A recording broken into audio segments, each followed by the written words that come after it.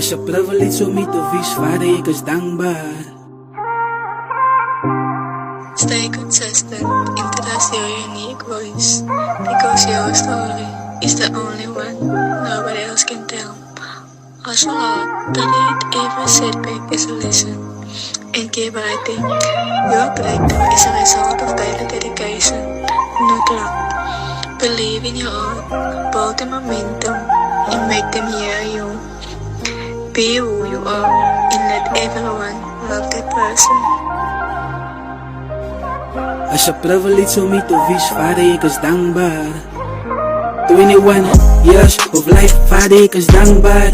Baie kan het nie is easy, en het is 'n privilege om mee te wees, ek moes het net so aanvaar. Ek weet nie is hoe om te vier nie. Soms voel ek down en weak, ek voel het niks kom regie. Ek het ook my skouers voel die weight that I give you back. As 'n privilege om mee te wees, Vader, ek is dankbaar.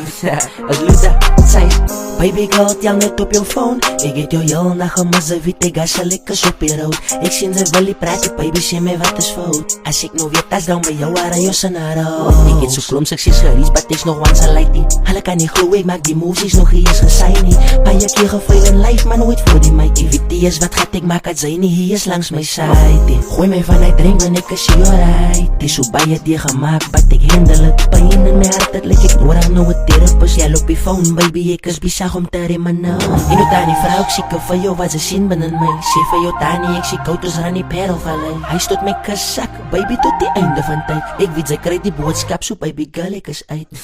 As Luda, Tsais. 21 years of life, Vader, ek is dankbaar.